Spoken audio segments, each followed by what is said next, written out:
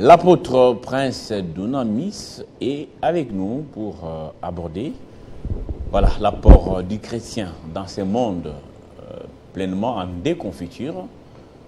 Que fait les chrétiens? Dans la Bible, il y a beaucoup d'exemples de chrétiens qui ont relevé des cités, qui ont transmis les messages du Créateur, qui ont même dit des vérités au roi, des vérités en face, sans passer par les dos de la cuillère. Et d'ailleurs, certains ont même été décapités. Monsieur l'apôtre, révérend pasteur, bonjour et bienvenue. Bonjour, monsieur Crispin. Bonjour à tous ceux qui nous suivent à ce net moment sur ces plateaux de Télé 50, une chaîne très bien suivie dans le monde, avec des personnes très compétentes. Et nous sommes très bénis de nous retrouver en face de vous. En tout cas, je suis béni aussi. Moi, c'est la deuxième fois que je vous reçois. Ouais. D'ailleurs, j'apprends que vous êtes devenu pas seulement apôtre, mais aussi un homme d'affaires, avec des fondations, un homme qui comprend, qui doit aujourd'hui aussi contribuer, tant soit peu, à l'encadrement des gens, à l'émergence de son pays. Est-ce que les chrétiens actuels dans ce pays comprennent ça? D'ailleurs, en commençant par Genèse, la Bible dit, Dieu, quand il a créé la terre, la Bible dit, sa vision, c'était pour que l'homme cultive la terre.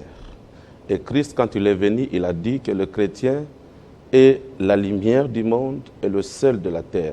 Déjà, par le message du Christ, on a compris que le chrétien n'est pas la lumière du chrétien.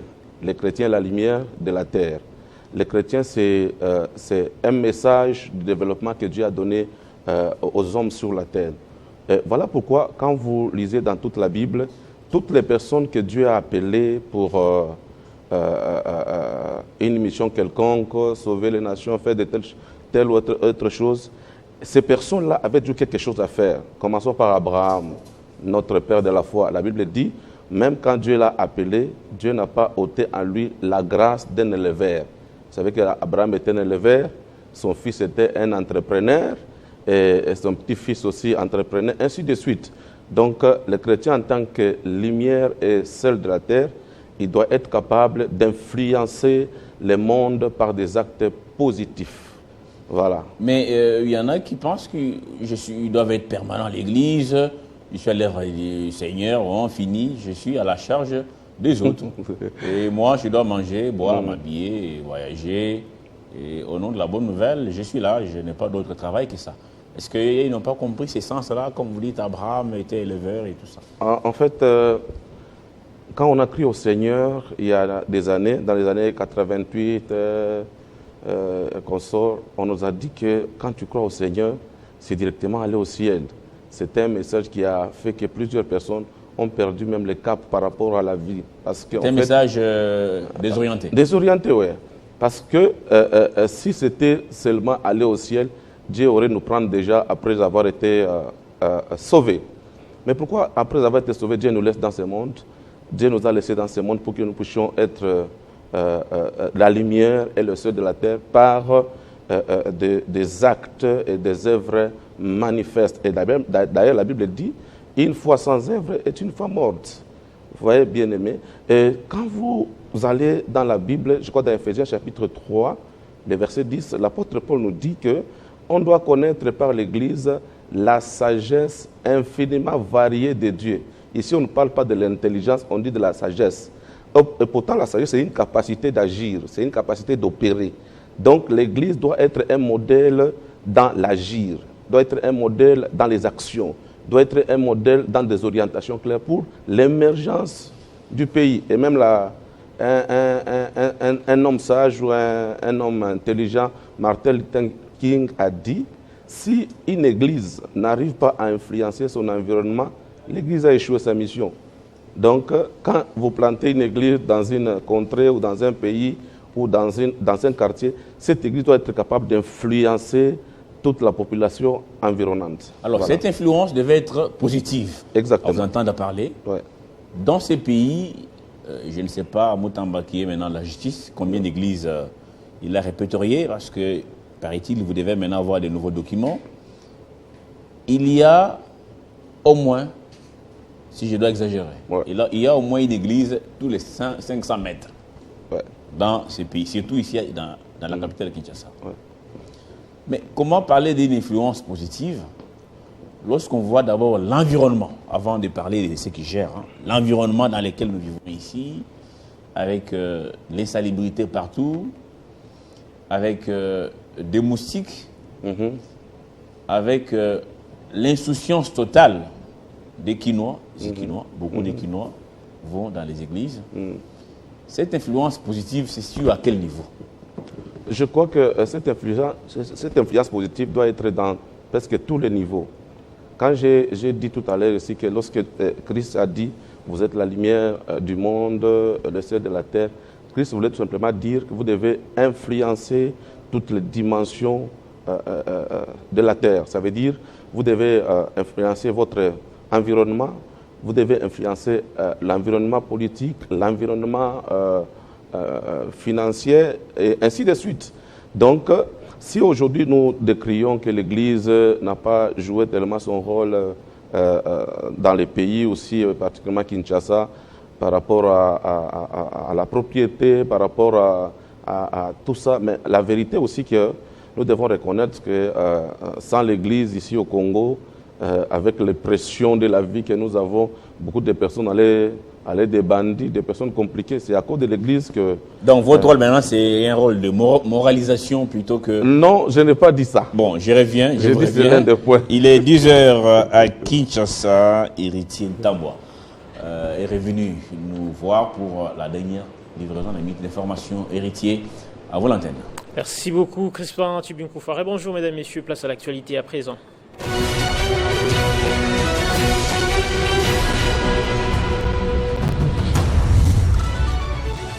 Le chef de l'État a reçu hier mercredi l'inspecteur général, la chef de service de l'IGF et le DG de l'ARSP. Jules Alingueté a présenté au président de la République le rapport des activités de sa structure.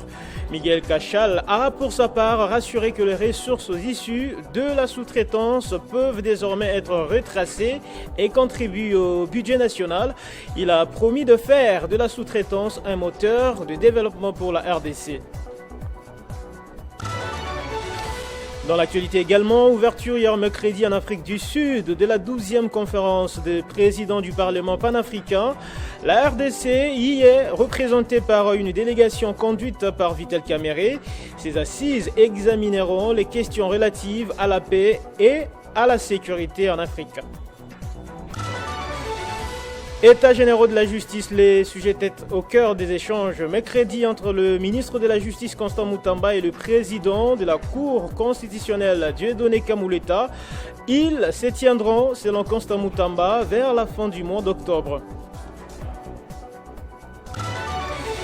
En dehors de nos frontières, au Gabon, enfin, Ali Bongo est sorti de son silence plus d'un an après avoir été renversé par un coup d'État. Il a appelé hier mercredi à la libération de son épouse et son fils ainsi qu'à l'arrêt des violences contre sa famille. L'ancien président de la République gabonaise a par ailleurs annoncé son retrait de la vie politique et invite ses compatriotes à jouer la carte de l'unité. 20 morts et 450 blessés, c'est le bilan de nouvelles explosions d'appareils de communication du Hezbollah survenues mercredi au Liban au Moyen-Orient.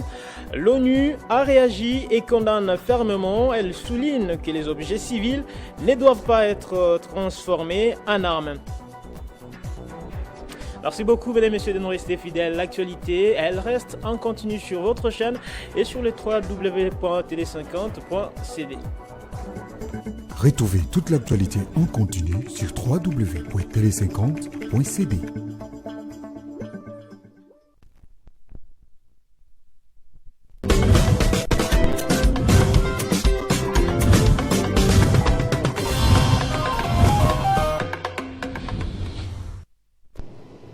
Merci Héritier Tambwa. Prochain rendez-vous, ça sera à 13h pour notre édition de la mi-journée. Apôtre Prince Dounamis est avec nous pour parler de l'apport des chrétiens en RDC pour l'émergence de ces grands et beaux pays, un pays qui a tout, mais qui malheureusement manque de tout. C'est le grand paradoxe.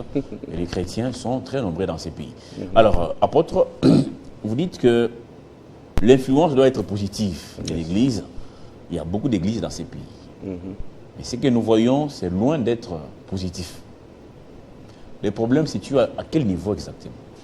D'après votre lecture? Oui, après ma lecture et ma réflexion, j'ai trouvé que le problème se situe déjà au début de notre foi. On nous a plus parlé du ciel que de la terre. Donc on est resté amorphe dans ce monde. Attendant le retour on attend parfois les miracles qui n'arrivent pas, et on a les bras croisés, on a laissé les mines aux Chinois et tout. Nous, c'est veille de prière. Non, c'est le ciel. On attend le ciel, le jugement. Mais ça, c'est vous qui avez dit ça aux fidèles. Bon, en fait, plusieurs personnes, plusieurs pasteurs ont eu à prêcher ces histoires. Et d'ailleurs, je vais informer à tous les chrétiens que le ciel n'est pas notre demeure éternelle. Nous allons passer juste un temps au ciel et nous allons revenir vivre dans une nouvelle terre que le Seigneur aura créée pour nous. Ça veut dire que la terre, c'est un héritage que Dieu a donné aux humains. Et il a donné la terre pour que les humains arrivent à l'exploiter, à la cultiver, à produire des résultats. Et je crois que le problème s'était situé à ce niveau-là, parce que nous étions plus concentrés sur le ciel, l'éternité, les jugements éternels, jusqu'à ce qu'on a oublié l'essentiel. L'essentiel, c'est quoi? C'est dire aux chrétiens d'exploiter les dons et les talents que Dieu a placés en eux, afin d'influencer cette génération. Comment? Chacun de nous a eu à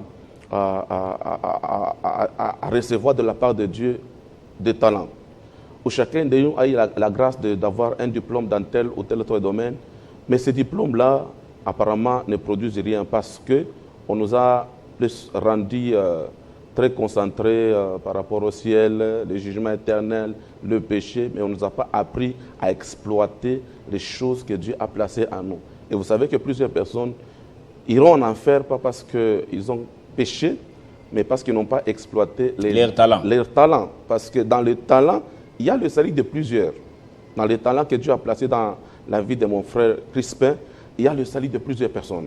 Il y a la délivrance de plusieurs personnes. Si il n'arrive pas à exploiter cela, c'est que ces personnes-là qui devaient être sauvées par les grâces que Dieu a placées en cet homme-là, ça devient compliqué. Et donc, l'Église doit apprendre l'entrepreneuriat. L'Église doit apprendre aux chrétiens de travailler. L'Église doit apprendre aux chrétiens à faire quoi? À faire un travail, en fait. Au-delà de la prière, il y a un travail à faire. Alors, au Congo, apôtre, beaucoup de gens prient. Tous les dimanches, il faut voir que les églises sont remplies. Il y a des paroisses où on fait 4-5 cultes parce que, vu le nombre de croyants. Et ces mêmes croyants sont placés à la tête de sociétés, à la tête des institutions, sont dans des ministères. Comment expliquer quelqu'un qui vient à l'église tous les dimanches et qui vole des millions? Est-ce que les pasteurs sont au courant de ce que font les fidèles ou comment les fidèles s'enrichissent, par exemple? Vous voyez, un fidèle, il est venu, par pasteur Prion, à un moment, il a amené son enveloppe de dîmes. Je sais que ça, vous aimez aussi beaucoup les dîmes. Les dîmes à peut-être $20. Tout d'un coup, il vous amène une enveloppe de dîmes de $10 000. Pourquoi vous ne posez pas la question aux fidèles où avez-vous eu l'argent, ou il vous offre une parcelle à Gombe, ou un véhicule, un voyage à l'étranger? Est-ce que le pasteur se demande comment est-ce que les chrétiens évoluent dans son église? D'abord, le rôle d'un pasteur, c'est d'enseigner la parole, c'est d'enseigner la crainte de Dieu et d'apprendre aux fidèles à marcher dans le vrai amour. Et lorsque le fidèle assimile cette leçon-là, il sera une personne bénédiction pour les nations. Je crois que les gens qui se plongent dans des histoires de vol, de trucs, d'escroquerie ou des choses que vous venez de citer là, ce sont des personnes qui n'ont pas été peut-être pas bien enseignées ou qui n'ont pas assimilé la matière sur l'amour, sur la crainte de Dieu et sur l'éternité. Vous savez, je crois celui qui a l'amour de Dieu en lui, celui qui a l'amour de Dieu en lui, c'est une personne qui ne marche pas pour nuire à autrui, pour faire du mal à l'État. Il travaille dans l'honnêteté. Je crois que les gens qui font des choses comme ça, je crois que ce sont des personnes qui n'ont pas encore assimilé la matière de l'amour, que dit la Bible. Parce que le pasteur, tous les jours, je crois, vous circulez dans les églises, vous n'avez jamais trouvé dans une église où un pasteur dit dès que vous serez engagé à l'État, allez voler, faites des histoires. Non, les pasteurs prêchent la vérité. Vous les appelez souvent partenaires. Ils sont partenaires de l'église. Ouais. Ils occupent les premières places. Ouais. Ils sont bien habillés. Est-ce que vous savez qu'est-ce qu'ils font pour bien s'habiller? Qu'est-ce qu'ils font pour être appelés partenaires? Ou qu'est-ce qu'ils font pour prendre soin du pasteur? Parce que ces gens-là sont privilégiés. Je ne suis pas aussi très doué à répondre à cette question-là. Bon, moi, je réponds selon moi. Moi, je crois que tous ceux qui sont à mes côtés, comme fidèles, comme partenaires, comme qui que ce soit, ce sont des personnes qui, chaque fois, je le fais passer dans des questions. Je demande comment tu es arrivé là-bas, qu'est-ce que tu fais, parce que moi-même, je suis en train d'apprendre plusieurs choses sur la vie. Et à mes fidèles aussi, je les apprends à gagner la richesse dans l'honnêteté, aussi dans la vérité. Je crois que c'est ça le rôle d'un pasteur, ce n'est pas de faire la police, mais c'est d'enseigner la parole, de conseiller et aussi d'orienter. Mais je crois qu'il n'y a pas seulement du côté négatif qu'on peut dire. Il y a aussi des chrétiens, après avoir été placés dans un poste de l'État, vous avez senti qu'il y a eu l'amélioration. On ne peut pas seulement aller du côté négatif. Ils sont très rares. Aujourd'hui, il faut vraiment les rechercher et les trouver. Je ne sais même pas s'ils sont là. Mais je sais qu'ils sont là. Ouais. Difficile à trouver. Ouais. Révérend pasteur, apôtre, comme je le disais, avec autant de chrétiens, le Congo a autant de richesses. Vous avez dit que vous avez vous-même été déjà d'abord mal enseigné. Ouais. Et peut-être au début, vous avez mal enseigné les autres aussi. Exactement. Et maintenant, je ne sais pas quelle mouche vous a piqué, vous commencez un peu à vous réveiller et revenir à la raison. Est-ce qu'on peut dire que ceux qui ont amené l'évangile ou les premiers pasteurs, les premiers hommes d'église, ont semé la mauvaise graine? Et qu'aujourd'hui, nous sommes quelque part un peu perdus. On ne sait plus ce qu'il faut faire. Alors que le Congo, notre beau pays, a tout pour éclore. Tous les minéraux recherchés à travers le monde sont chez nous. Nous avons plusieurs millions de terres arables. Nous avons un fleuve formidable. Vraiment. Nous avons une forêt. On nous appelle solution du monde. Est-ce qu'on peut dire que ceux qui sont venus avant ont planté la mauvaise graine ou ont eu à jouer un rôle qu'il ne fallait pas et que ça, quelque part, abrutit ceux qui n'ont eu comme but que le ciel et pas la terre? Je crois que ceux qui nous ont précédés dans la foi ont enseigné, mais ils ont mal enseigné. Ils ont enseigné la parole de Dieu en partie. En partie. Voilà. La parole de Dieu doit être enseignée dans l'entièreté. Ils étaient aussi induits en erreur ou bien ce sont eux-mêmes qui se sont... Bon, déjà au départ, les gens qui nous ont colonisés, ils ont amené déjà un évangile biaisé. Avec les riches, les richesses de ce monde. C'est facile pour un cheval de passer par les trous des Voilà, par exemple, c'est verset-là. Ça faisait peur. Hein? Oui, ça faisait peur, voilà. Alors tous les chrétiens... tremblent comme ça devant... Ils tremblent devant les richesses. Il faut être minimum. Il faut être pauvre pour aller au ciel. Et avec le verset qui dit, les pauvres en esprit, parce que le dessus est à eux. Tous les chrétiens, même aujourd'hui, vous voyez que quand un chrétien est pauvre, tout le monde dit qu'il est dans la vérité, il est vraiment comme ça. Et quand il est riche, on dit non, il est franc-maçon. Quand il commence à monter, tout le monde se pose la question, est-ce qu'il garde encore Dieu? C'est comme qui dirait la richesse nous menace. Tout c'est un problème d'enseignement qu'on a réussi. Alors, au fur et à mesure, Dieu est en train d'éclairer les secrets de Dieu. Je crois que plusieurs choses commencent maintenant à changer. Aujourd'hui, nous avons un président chrétien, un Durkab chrétien, et je vois aussi plusieurs chrétiens. Mais pourquoi l'histoire de gens comme Abraham, par exemple, ou Job, ou Salomon, ceux qui avaient beaucoup d'argent, n'a pas inspiré, ces histoires n'ont pas inspiré les premiers chrétiens? C'est ce que j'ai dit. Les gens qui nous ont amené cet évangile-là n'ont pas élevé cette dimension-là. Et ils ont seulement élevé la dimension du ciel. Ils ont prêché l'évangile en partie. Ils nous ont parlé plus du ciel que de la terre. Et pourtant, Dieu nous a envoyés depuis le commencement, quand il a créé Adam, il a dit, il a créé la terre pour que Adam et Ève la cultivent, travaillent, produisent les résultats. Vous comprenez? Donc les gens qui nous ont amené l'évangile, là, ils ont un peu caché cette vérité-là pour leur profit. Peut-être qu'ils avaient un profit derrière cet évangile-là. Et c'est ce qui a fait que une mauvaise semence a été plantée. Alors pour l'enlever, ça demande un peu du temps, un travail très approfondi, voilà. Alors aujourd'hui, beaucoup de ceux qui sont, ceux qui détournent, ceux qui volent, sont dans les églises. Qu'est-ce que vous faites maintenant comme pasteur? Est-ce que vous êtes aussi congolais? Vous habitez à Kinshasa, vous entendez à la radio tel ministre a volé autant, tel mandataire public a détourné autant, tel service qui devait construire telle infrastructure, l'argent a été détourné. Mais toutes ces personnes, en tout cas, suivez-les de près. Chaque dimanche, ils viennent dans vos églises prier. Qu'est-ce que le pasteur doit faire face à des fidèles comme ça? D'abord, cette histoire-là, vous savez, au Congo, il y a des choses qui se racontent. Hein, Vous ne croyez pas qu'il y a des fidèles qui détournent l'argent? Bon, pas croire, ne pas aussi accepter, parce que au Congo, on peut se réveiller comme ça et puis on vous cite dans un truc là que vous ne maîtrisez pas.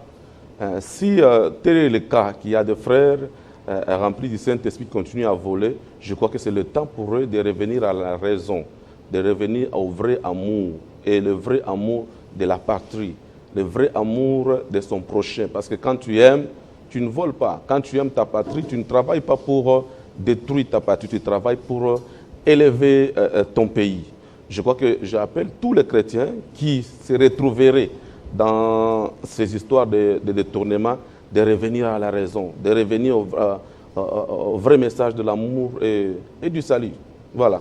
Dans la Bible, on a vu des grands prophètes, ouais, des grands messagers, des gens qui ont eu des songes pour des pays, pour les nations. Ouais. Et les choses qui se sont accomplies après. Ouais. Chez nous, ici, il y a beaucoup d'hommes d'église. Pourquoi est-ce que nous manquons des gens qui peuvent nous dire des choses qui concernent réellement la nation ici? Par exemple, la question de la guerre dans l'Est des pays, ça fait maintenant 30 ans. Nos compatriotes sont tués chaque jour. D'ailleurs, là, je viens d'apprendre qu'au Nord Kivu, dans le territoire de Béni, on a encore tué des innocents. Pourquoi il n'y a pas... Est-ce que Dieu ne sait plus parler à ses envoyés des vraies questions? À part des questions au niveau des individus, non, yo, okobot lobby, vous aurez les visas, votre père va mourir, vous allez récupérer la parcelle, yo, ta femme est sorcière, il n'y a que ça. Est-ce qu'on ne peut pas, pourquoi on ne s'est plus élevé, hein, prendre de la hauteur, ouais, prophète des nations ou je ne sais quoi, vous communiquez un vrai message au peuple de Dieu pour dire attention, Dieu m'a dit ceci par rapport à la guerre dans l'Est. Il y a ça, suivez ceci. L'ennemi se cache tel, le Congo n'a pas d'amis, ça se tremble dans tel pays, c'est comme ça. Est-ce qu'on n'a plus cette capacité où Dieu nous a tourné les dos? Voilà. Avant d'abord de répondre à cette question-là, j'ai compatis avec les peuples de Béni. Je suis de cœur avec eux, je prie pour les âmes qui ont été tuées sauvagement, que l'Éternel Dieu les accueille dans la paix. Dire qu'il n'y a pas de prophète qui parle sur la nation, je crois que c'est... Un message clair, précis, conçu. Pas de tâtonnement, ça veut dire on dit il y a ceci. C'est comme ça. Moi, j'ai déjà suivi plusieurs prophètes parler sur la nation, et même sur la guerre de Goma. J'ai suivi un prophète de Katanga, le prophète héritier Grace Mousseba, parler de la guerre à Goma. Mais ça produit quoi après? Oui, parce que, vous savez, ici au Congo, on a un problème. Dieu peut parler, mais les dirigeants là, ne suivent pas les orientations. Vous savez, à l'époque d'Élysée, Élysée était un prophète des nations qui donnait au roi toutes les stratégies de l'ennemi. Et la Bible dit que chaque fois qu'il donnait les stratégies à l'ennemi, les rois se réveillaient pour aller barrer la route à l'ennemi. Maintenant, ça dépend à ceux qui nous dirigent. Est-ce qu'ils écoutent ce que Dieu dit par la voix prophétique? S'ils n'écoutent pas, la Bible dit, il y aura la suite. Voilà. Dieu parle. Je suis tous les jours des prophètes de ma nation parler sur la guerre de l'Est, parler sur le gouvernement. Et une fois là, j'ai suivi un prophète, je crois que c'est le prophète Jimmy Mbaya. Il a parlé sur ce qui devait arriver sur les élections. Et on a vu. Il a dit que voilà, celui qui va passer, c'est le président notre président Tshisekedi. Mais en même temps, et après, il y aura des d'autres, problèmes. ça c'est un tâtonnement, parce qu'en même temps, d'autres ont dit il n'y aura pas élection, il y aura des morts, il n'y en a pas eu. Et là, c'est une confusion. Oui, ça, sincèrement, il y a eu une confusion, mais la vraie prophétie, elle s'est confirmée, elle est arrivée. Voilà. Je repose la question, est-ce que Dieu nous a tourné le dos, Non, non. nous Congolais? Non, je crois que c'est le Congo a un problème avec Dieu. Parce que nous avions brisé le sacerdoce. C'est-à-dire? On ne respecte plus ce qui est sacré. Ça veut dire? L'homme de Dieu est bafoué, les paroles de Dieu sont foulées aux pieds, et les hommes de Dieu sont considérés comme des aventuriers. Vous voyez? Il y a un Ils sont problème considérés déjà. ou bien ils sont devenus comme ça et ceux qui le voient vivre ne font que dire ce qu'ils ont vu? Non, je crois que le peuple doit comprendre que ceux qui sont appelés par Dieu sont des hommes avec des erreurs, sont des hommes avec des faiblesses. Ils doivent comprendre ça. Et aussi, ils doivent aussi comprendre que dans ceux qui sont appelés par Dieu, il y a aussi les faux. Alors, l'erreur que nous commettons, nous Congolais, c'est de croire que et les vrais et les faux sont des faux. Ce qui fait qu'au Congo, il y a un problème. Alors, vous qui êtes pasteur, apôtre, quels sont les signes distinctifs du vrai et du faux? Parce que pour aider, y compris moi aussi, Ouais. non, ça c'est un vrai pasteur, ça c'est un faux pasteur. Est-ce qu'il y a des signes distinctifs? Voilà. D'abord, le premier signe qu'on reconnaît, le vrai, c'est quand cette personne a produit l'amour. Vous sentez dans son langage l'amour. Vous sentez dans son langage l'envie de réunir des gens.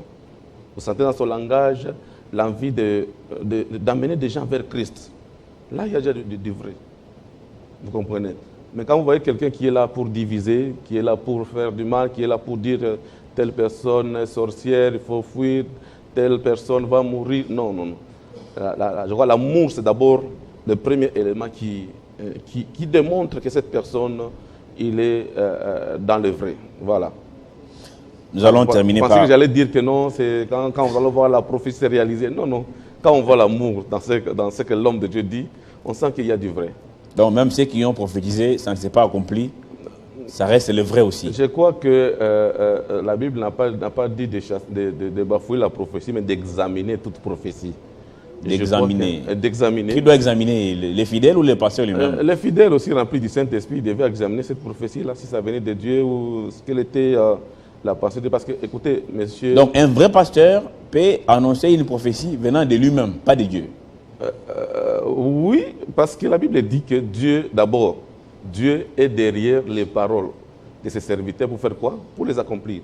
Ça veut dire que tel que je suis là, même si je n'ai pas reçu une révélation de la part de Dieu, par mes déclarations, Dieu peut s'engager à accomplir. Par exemple, je déclare que tel jour, il y aura ça. Parce qu'il m'a déjà mandaté, parce que j'ai le mandat de Dieu, j'ai l'onction de Dieu. Dieu sera derrière mes paroles pour les réaliser. Et donc, dans la dimension de la prophétie, c'est vraiment un océan où il faut apprendre beaucoup des étapes. Parce qu'on a appelé les faux, pas parce que... on a appelé les faux parce qu'on n'a pas vu la réalisation de ce qu'ils ont dit, sans comprendre dans quelle dimension Dieu leur a parlé. Parce qu'écoutez, dans la dimension de la prophétie, il y a des messages imagés, il y a des messages d'enseignement, il y a plusieurs domaines. Donc les gens pensent que la prophétie, c'est dire et puis ça arrive. C'est dire aussi, ça ne peut pas aussi arriver. Parce qu'il y a des gens dans la Bible à qui on a envoyé de donner la prophétie de la mort, comme le cas du roi Ézéchias. Mais c'était une prophétie qui venait de Dieu. Mais il est rentré pour dire, Dieu m'a dit maintenant, vous avez 15 ans, donc c'est... Peut-être aussi le prophète là, il fallait qu'il rentre pour nous dire que... Donc là, il a commis une erreur de ne pas rentrer. Peut-être il a oublié. ça devient assez complexe alors. Ça devient assez complexe. Exactement. Le vrai et le faux, pour moi, ça reste une grande question. Oui. C'est pas facile de les déterminer en tout cas. Et d'ailleurs, même Christ a dit que laisser livrer et le blé croître ensemble. Mais entre-temps, la société se meurt. Parce que là, le fait d'être ensemble, parfois, les côtés mauvais aillent le dessus sur les autres. Et que quand vous voyez le comportement des chrétiens d'aujourd'hui, vous vous demandez est-ce qu'on a encore des chrétiens. Là, ça pose problème. Je crois que le Seigneur, par sa grâce, est en train de réveiller une autre génération avec un enseignement fort pour orienter les chrétiens dans une nouvelle dimension de la compréhension de la parole de Dieu. Voilà. Alors, parlez-nous un peu de votre fondation avant de terminer, parce que au moins vous avez un côté entrepreneurial qui peut être copié par d'autres fidèles qui sont dans l'attentisme, qui se disent, bon, la manne va tomber et pourtant elle ne tombera plus jamais. Vous avez une terre si riche, les sols riches, les sous-sols, vous avez tout, mais on est pauvre. Peut-être votre fondation ou votre exemple peut servir pour d'autres fidèles qui continuent à aller à la montagne chaque fois, mais on sent que ça ne vient toujours pas. Ceux qui me connaissent savent déjà que chaque fois que je prêche, j'ai toujours fait une déclaration un peu compliquée. J'ai toujours dit que je suis un milliardaire congolais pasteur. Et les gens me posent la question, comment tu peux devenir milliardaire? Est-ce que par les offrandes?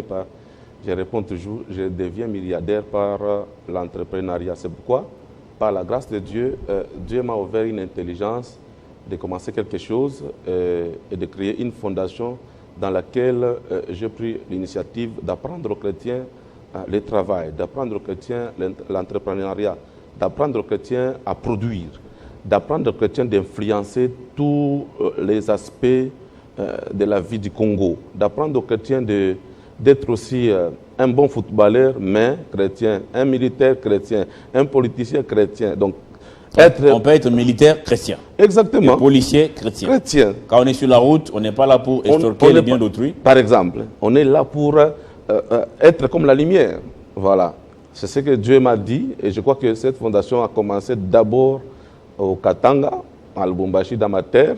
Et puis ça va s'étendre un peu partout dans le monde, plutôt partout en République démocratique du Congo.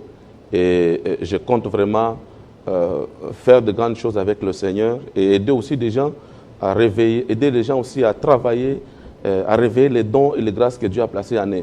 Donc j'ai été appelé pour ça en fait. En tout cas, merci beaucoup. J'espère que vous aurez beaucoup de fidèles à encadrer par rapport à ce que vous faites comme travail avec cette grande fondation qui est appelée à croître pour le bien des fidèles qui dorment, qui n'ont pas compris qu'il faut travailler. Il faut travailler, et travailler même la terre, c'est très important.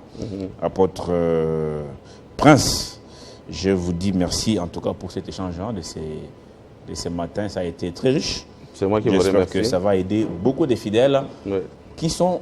Il y en a qui travaillent, mais qui détournent. Vous avez donné un bon conseil. On n'est pas là, on est la lumière du monde.